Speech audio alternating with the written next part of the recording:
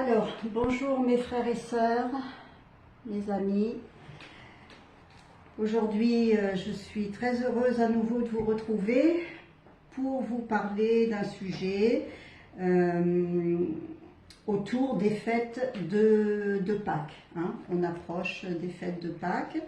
Donc, on va évoquer et vous partager ce que l'on reçoit du Seigneur. Et voilà, pouvoir réfléchir, parfois se remettre en question aussi, parce que avec la parole de Dieu, on évolue, le Seigneur nous montre au fur et à mesure le chemin pour grandir dans sa sainteté. Alors, je dis nous parce que je suis avec ma sœur Isabelle. Bonjour Isabelle. Oui, bonjour ma sœur Martine, bonjour à tous. Bien, alors, donc c'est avec vraiment beaucoup d'humilité qu'on va faire cette vidéo ensemble et vous partager ces choses. Non pas pour créer des querelles et diviser, ce n'est pas le but, mais nous allons évoquer ici ce que l'on reçoit dans notre cœur. Et donc,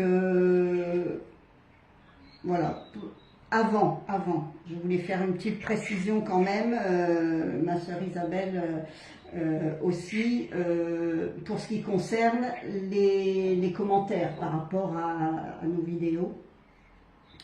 Faut que ce soit clair, je suis obligée de le répéter encore une fois, malheureusement, mais pour les commentaires, les personnes qui sont là pour épier ce que l'on fait, les hargneux, les haineux, les je sais tout, qui viennent mettre leurs commentaires pour déverser leur venin et critiquer, rabaisser, que sais-je encore, on leur dit clairement, ceux-là, passez votre chemin, quoi.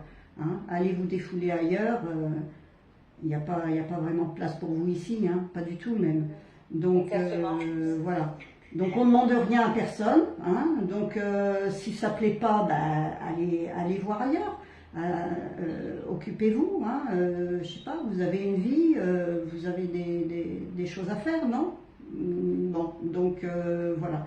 Donc par contre, pour ceux qui sont intéressés par mes messages, eh bien voilà. Nous partageons en tout respect de chacun, avec le respect de chacun. Voilà. Donc voilà, on n'est pas là, on ne fait pas de prosélytisme, on n'est pas là pour dire faites comme nous, pensez comme nous.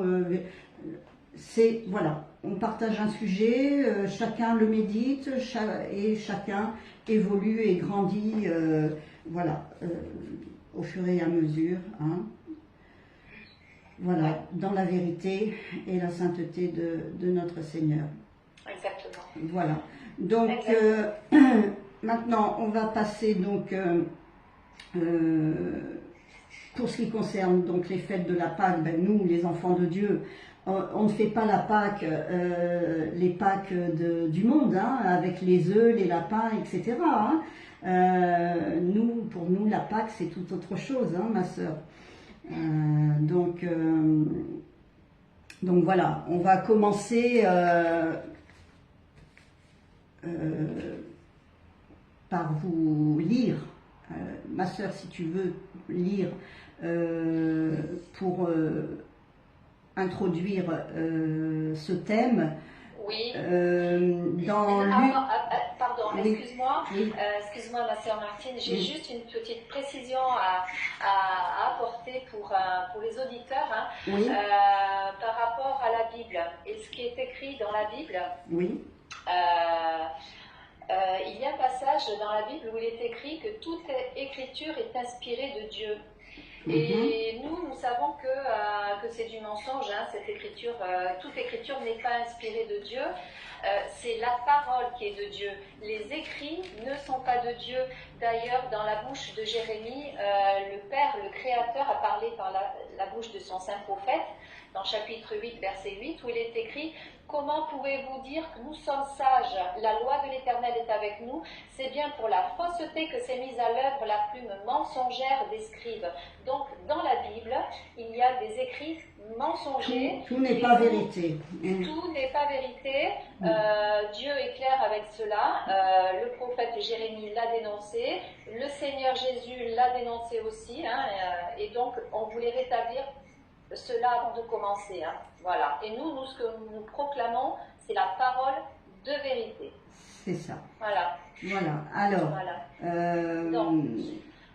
pour commencer donc et introduire le thème, donc tu peux lire dans le chapitre de Luc, du chapitre 22, à partir du verset 14 jusqu'au verset 19. Oui, entendu. Alors, l'heure venue, il se mit à table et les apôtres avec lui. Donc, nous parlons du Seigneur Jésus-Christ. Il leur dit, « J'ai désiré vivement manger cette Pâque avec vous avant de souffrir. Car, je vous le dis, je ne la mangerai plus jusqu'à ce qu'elle soit accomplie dans le royaume de Dieu. » Il prit une coupe, rendit grâce et dit, « Prenez cette coupe et distribuez-la entre vous. Car, je vous le dis, je ne boirai plus désormais du fruit de la vigne jusqu'à ce que le royaume de Dieu soit venu. » Voilà. Donc... Ensuite, je continue jusqu'au verset 19. Oui, pardon, ok. Oui. Ensuite, il prit du pain et après avoir rendu grâce, il le rompit et le leur donna en disant, « Ceci est mon corps qui est donné pour vous. Faites ceci en mémoire de moi. » Voilà. Alors, deux choses. Donc, quand on lit un passage comme ça, il faut s'arrêter vraiment sur les mots, sur les versets, et essayer de bien les comprendre. Donc, que signifie « je ne la mangerai plus » jusqu'au jour où tout ce qu'elle signifie sera accompli dans le royaume de Dieu. Le royaume de Dieu. Posons-nous la question, le royaume de Dieu est-il ici maintenant sur cette terre? Non, non. Donc, on a bien ici un message prophétique. C'est bien, ça évoque bien la délivrance définitive dans le royaume de Dieu. Quand on sera dans le royaume de Dieu et que nous prendrons part avec lui à ce grand repas, ce grand banquet qui nous attend. Voilà. Donc déjà là, je pense, ma sœur aussi, que ça prouve déjà sa résurrection au Seigneur. Parce que, bon, il a été mis à mort, il est ressuscité, puisqu'il nous attend dans le royaume de Dieu. Voilà. Donc on va parler, on va évoquer donc la scène, le partage du pain et du vin. On va parler du lavage des pieds, qui est signifié dans le déroulé des fêtes de Pâques, de la Pâque. Le lavage des pieds, tout ce qu'il faut comprendre par rapport à ça. On va parler bien sûr de la résurrection, cette victoire sur la mort, et puis on va parler de l'agneau, bien sûr. Voilà. Alors si tu veux, ma sœur, on va se partager un peu. Moi je vais parler du pain, et toi tu feras la partie qui concerne le vin. Alors, pour ce qui concerne le pain, cette manne, dans l'Ancien Testament, on appelait le pain, c'était la manne, cette nourriture qui avait été donnée dans le désert par Dieu. Ce pain, le pain du ciel qui donne la vie au monde, n'est-ce pas? Et ça, on peut le lire dans Jean. Je crois que j'avais noté que dans Jean, au chapitre 6, Alors, je vais vite le retrouver au chapitre 6, verset 33. Mon Père vous donne, Moïse disait, mon Père vous donne le vrai pain du ciel, car le pain de Dieu, c'est celui qui descend du ciel et qui donne la vie au monde. Voilà. Donc le pain, en fait, ça représente,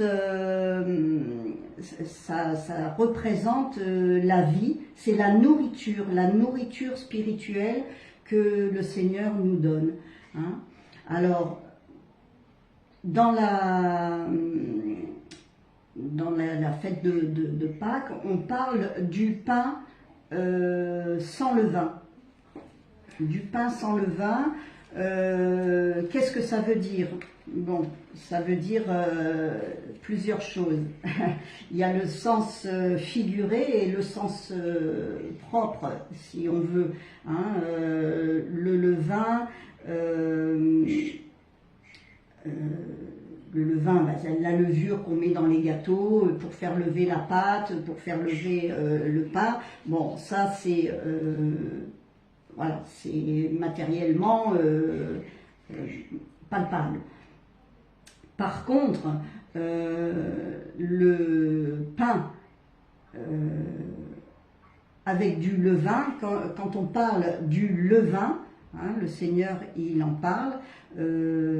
Pourquoi il dit de prendre du pain sans levain? C'est pour en fait enlever de nos maisons toute la méchanceté, le mensonge, tout ce qui n'est pas sain.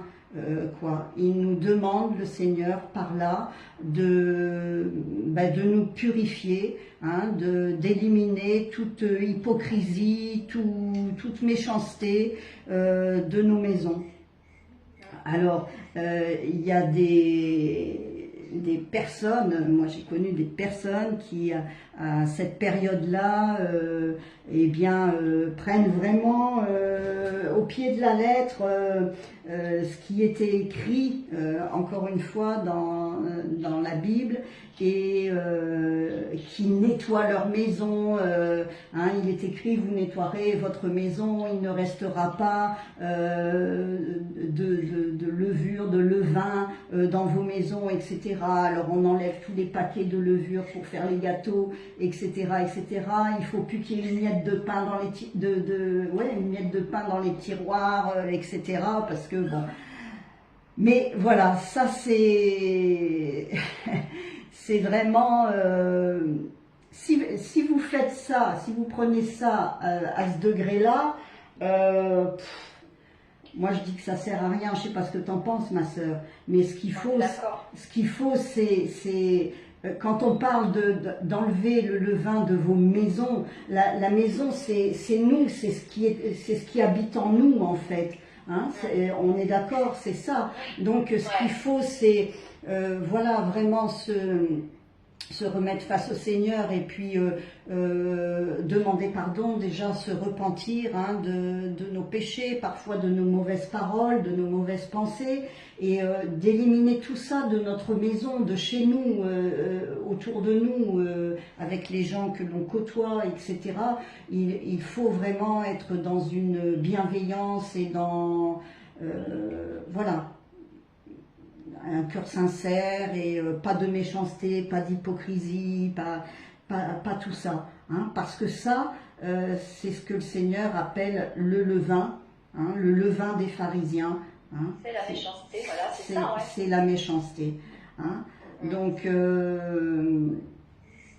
voilà. Et il y a donc le mauvais levain, on peut dire, il y a deux sortes de levain. Il y a le mauvais levain et le bon levain. Le levain que Jésus souligne, lui, de manière positive, quand il dit « Le royaume des cieux est semblable à du levain qu'une femme a pris et introduit dans 3 mesures de farine jusqu'à ce que toute la pâte soit levée. » Hein, ça, on peut le lire dans Matthieu au chapitre 13.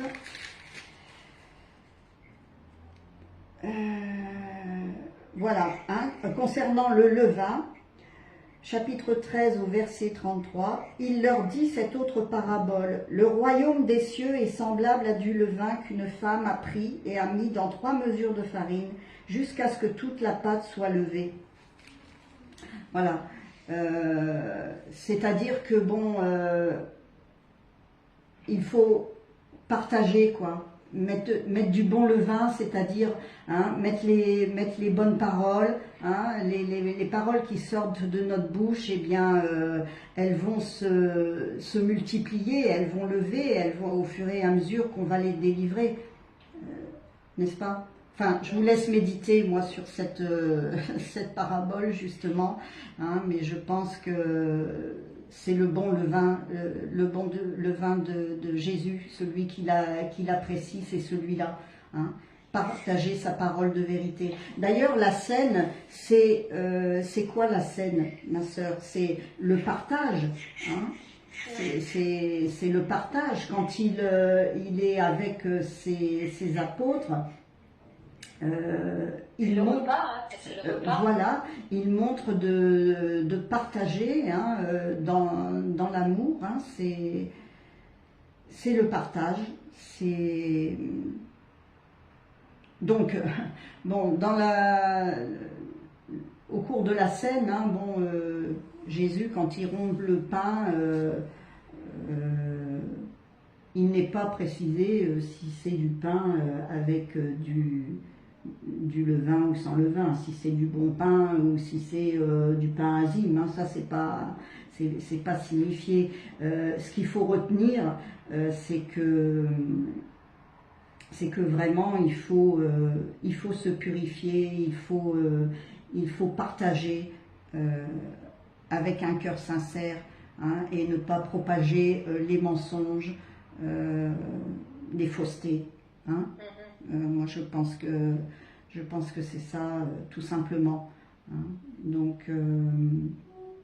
Donc voilà, je pense que c'est à peu près tout ce qu'on peut dire hein, sur le partage du pain. Ouais, oui, je pense que le Seigneur a mis donc cet enseignement dans ton cœur, ma sœur, pour évoquer ce qu'il fallait, oui, sur le pain. C'est juste, hein, c'est juste. Voilà. Il n'y a rien à rajouter, je pense que c'est bon, ouais. Voilà, et donc j'avais relevé aussi, oui, un verset que je voulais lire, alors je ne sais plus où est-ce que j'ai mis, quand il dit pourquoi ne comprenez-vous pas que je ne vous parle pas du levain du pain? Quand il dit ça, le Seigneur Jésus, quand il parle de... En fait, quand il parle, il ne parle pas du levain du pain, il parle justement de l'enseignement des pharisiens et des sadducéens, hein, qui c'est dans Matthieu, je crois. Attends, je vais le retrouver. Matthieu 16. Ah oui, intéressant. Matthieu 16, verset 12. Alors, voyons. Oui. Matthieu 16, verset 12. Ouais, même verset 11, à partir du verset 11. Comment ne comprenez-vous pas que ce n'est pas au sujet du pain que je vous ai parlé? Gardez-vous du levain des pharisiens et des sadducéens. Alors ils comprirent que ce n'est pas du levain du pain qu'il avait dit de se garder, mais de l'enseignement des pharisiens et des sadducéens. Vous voyez, c'est parlant ça. Hein? C'est parlant. Et du levain des pharisiens et des sadducéens, bon déjà, et des sadducéens, eux, ils ne croyaient pas à la résurrection déjà. Hein. Oui, donc, je comprends ce que veut dire le Seigneur. Oui. Voilà. En fait, le Seigneur, ce qu'il veut dire par là, il nous dit de ne pas nous garder du levain qu'il y a dans le pain, la levure. Hein. Donc, c'est pas un problème que de garder de la levure chez soi, hein, en réalité. Voilà. Et de l'enseignement des pharisiens, c'est ça. C'est pas parce que vous allez avoir un paquet de levure dans votre placard que vous allez être banni et puis que vous ne serez pas avec le Seigneur. Hein. Ce qui compte, c'est le cœur et la profondeur de la vérité de Jésus, hein, qui est enseignée. Hein. Voilà, c'est ça, hein, je pense. Voilà, voilà ma sœur. Donc, bon, moi je pense que j'ai dit pas mal de choses au niveau du pain.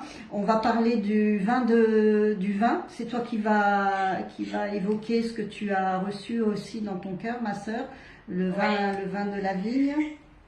Oui, alors donc je vais donc vous parler du vin, le vin donc qui a été donné par le maître lors du repas, son dernier repas avant sa mort, avant qu'il soit amené et être torturé par les religieux, hein, pareil. Hein.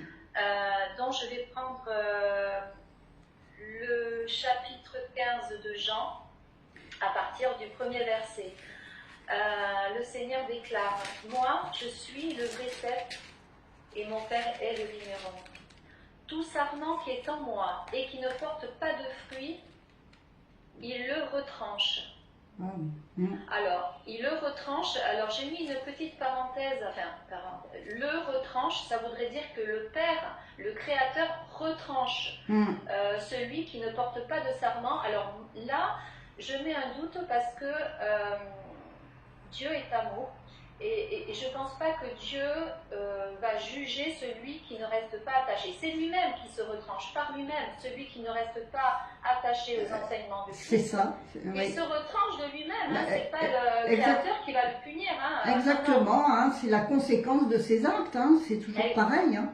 Exactement, donc il le retranche, je mets un doute, je pense plutôt que ça aurait été plus judicieux d'écrire. Enfin, le Seigneur, il se retranche et tout sarment qui porte du fruit, il l'émonde afin qu'il porte encore plus de fruits. Exactement. Déjà, vous êtes émondés à cause de la parole que je vous ai annoncée. Demeurez en moi comme moi en vous, de même que le sarment ne peut de lui-même porter du fruit s'il ne demeure sur le cep. De même, vous non plus, si vous ne demeurez en moi. Moi, je suis le cep, vous êtes les sarments. Celui qui demeure en moi, comme moi en lui, porte beaucoup de fruits, car sans moi, vous ne pouvez rien faire. Si quelqu'un ne demeure pas en moi, il est jeté dehors, comme le sarment, et il sèche. Puis, l'on ramasse les sarments et on les jette au feu et ils brûlent. Si vous demeurez en moi et que mes paroles demeurent en vous, demandez tout ce que vous voulez et cela vous sera accordé. En fait, le Seigneur, ce qu'il nous demande par là, c'est de demeurer en lui afin que nous puissions porter du fruit. Et dans le maître, il est le sarment. Non, il est le vrai cep, donc il est le socle. Et donc nous devons, nous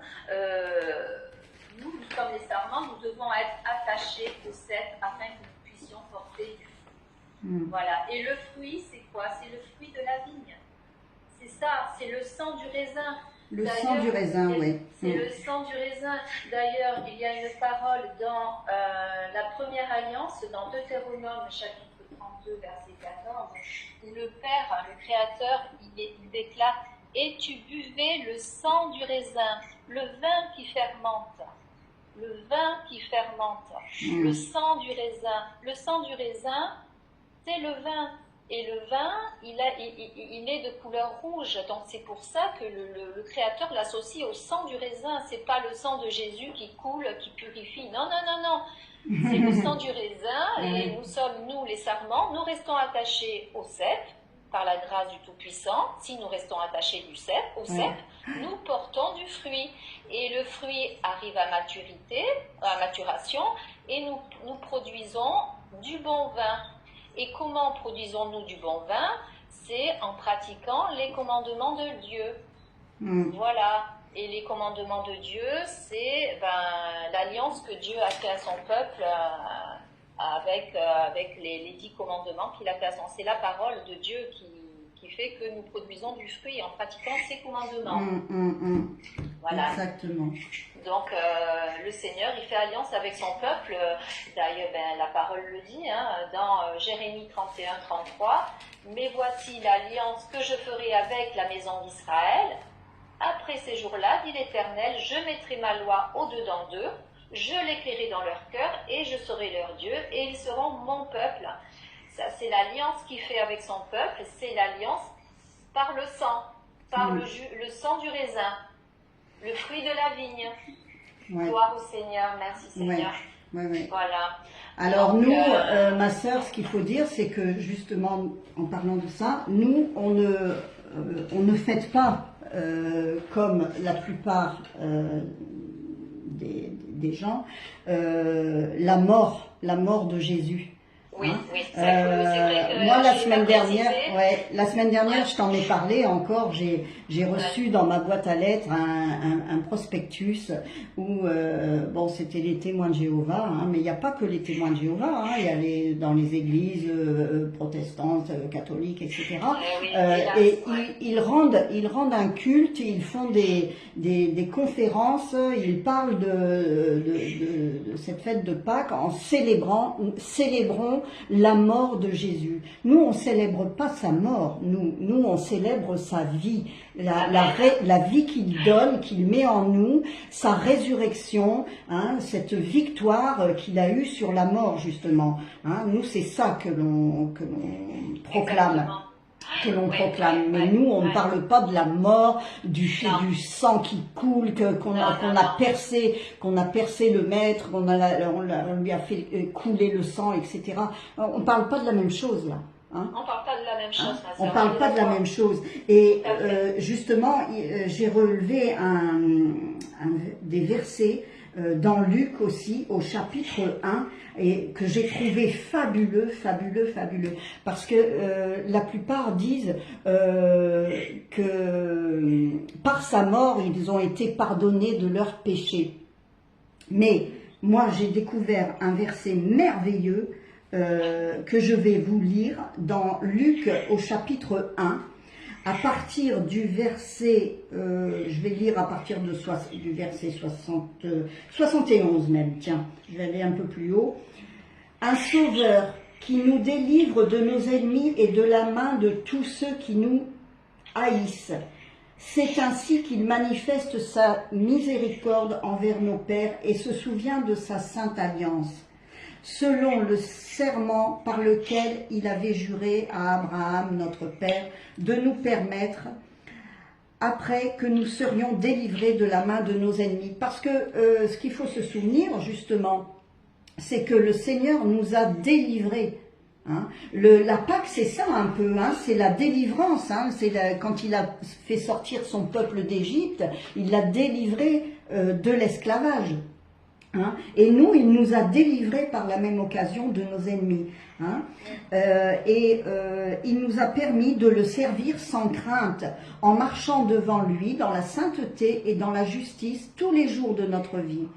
Et toi, petit enfant, tu seras appelé prophète du Très-Haut, car tu marcheras, là c'est merveilleux, car tu marcheras devant la face du Seigneur pour préparer ses voies, afin de donner à son peuple la connaissance du salut, par le pardon de ses péchés, grâce aux entrailles de la miséricorde de notre Dieu. Je trouve ça merveilleux ce verset. Le pardon de ses péchés grâce aux entrailles de la miséricorde de notre Dieu. Voilà, il nous pardonne nos péchés par sa miséricorde, parce que nous avons un Dieu d'amour, un Dieu miséricordieux. Tout à fait. Voilà. Il ne reste plus que si vous commettez le péché, hein, nous savons que le péché c'est la transgression de la loi, des 10 commandements. Nous venons auprès du Créateur, nous lui demandons pardon, il nous pardonne tout simplement de tous nos péchés, car il est miséricordieux, notre Père, il est riche en bonté. Riche en bonté, ses bontés se renouvellent chaque matin. Venez à lui, repentez-vous, venez à lui. Pas besoin de passer par le sang de sacrifice, pas du tout, pas du tout. Voilà. Exactement. Ouais, notre Père est bon. Amen. Ouais. Voilà, ma sœur. Alors, on est déjà presque à 30 minutes que l'on parle, là ça fait déjà presque 30. Alors on va essayer de ne pas faire trop long. On va enchaîner, je pense, sur la partie du lavage des pieds. Hein. Certains ne comprennent pas hein, c'est un rituel en fait, hein. C'est un rituel que le Seigneur a montré et il faut comprendre parce qu'il y a des personnes qui ne comprennent pas. Un jour, il y a une personne qui m'a dit « Oh là là, mais qu'est-ce que c'est cette histoire-là de se laver les pieds les uns entre les autres, là, les uns les autres, de se laver les pieds, qu'est-ce que c'est n'importe quoi, mais c'est une personne qui ne comprend pas. Il faut comprendre le sens que le Seigneur a voulu apporter en faisant cela. Hein, quand il s'est abaissé aux pieds de ses disciples pour leur laver les pieds, qu'est-ce que ça veut dire? Qu'est-ce que ça veut dire? Ça veut dire tout simplement, le Seigneur, il veut montrer qu'il faut aider son prochain, hein, qu'on est tous égaux devant Dieu, et que Jésus, lui, le Maître, il s'est abaissé, il est venu pour servir. Hein, et il ne s'est pas pris pour plus grand que les autres. Il a montré le chemin, il a montré ce qu'il fallait faire les uns pour les autres. Hein. C'est ça en fait le lavage des pieds. Hein, c'est pour montrer. Alors cette partie-là, elle est dans Jean, au chapitre 13. Hein. Comprenez-vous ce que je vous ai fait? Vous m'appelez Maître et Seigneur et vous dites bien, car je le suis. Si donc je vous ai lavé les pieds, moi, le Seigneur et le Maître, vous devez aussi vous laver les pieds les uns aux autres, car je vous ai donné un exemple, afin que vous fassiez comme je vous ai fait. En vérité, je vous le dis, le serviteur n'est pas plus grand que son Seigneur, ni l'apôtre plus grand que celui qui l'a envoyé. Amen. Si vous savez ces choses, vous êtes heureux, pourvu que vous les pratiquiez. Voilà. Exactement. Ouais, voilà, il faut mettre en pratique, hein, et être là aussi pour son prochain et l'aider. Voilà. Ouais. Voilà, on va pas en dire plus là-dessus, sur le lavage des pieds. Donc, on pourrait terminer en parlant donc on va parler de l'agneau, évidemment, hein, parce qu'il est question de l'agneau. Hein, le Seigneur Jésus qui a été, qui est comparé à un agneau, donc, ma sœur. C'est les sacrifices. Hein. Là, on tombe dans les sacrifices hein, quand on parle de l'agneau.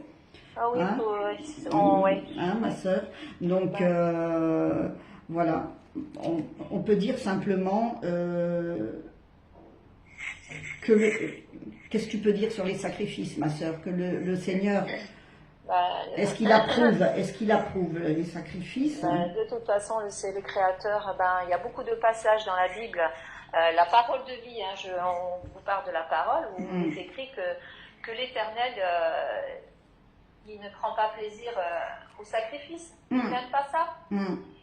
Apprenez, je prends plaisir à la miséricorde et non au sacrifice. Donc les sacrifices, Dieu n'y est pas.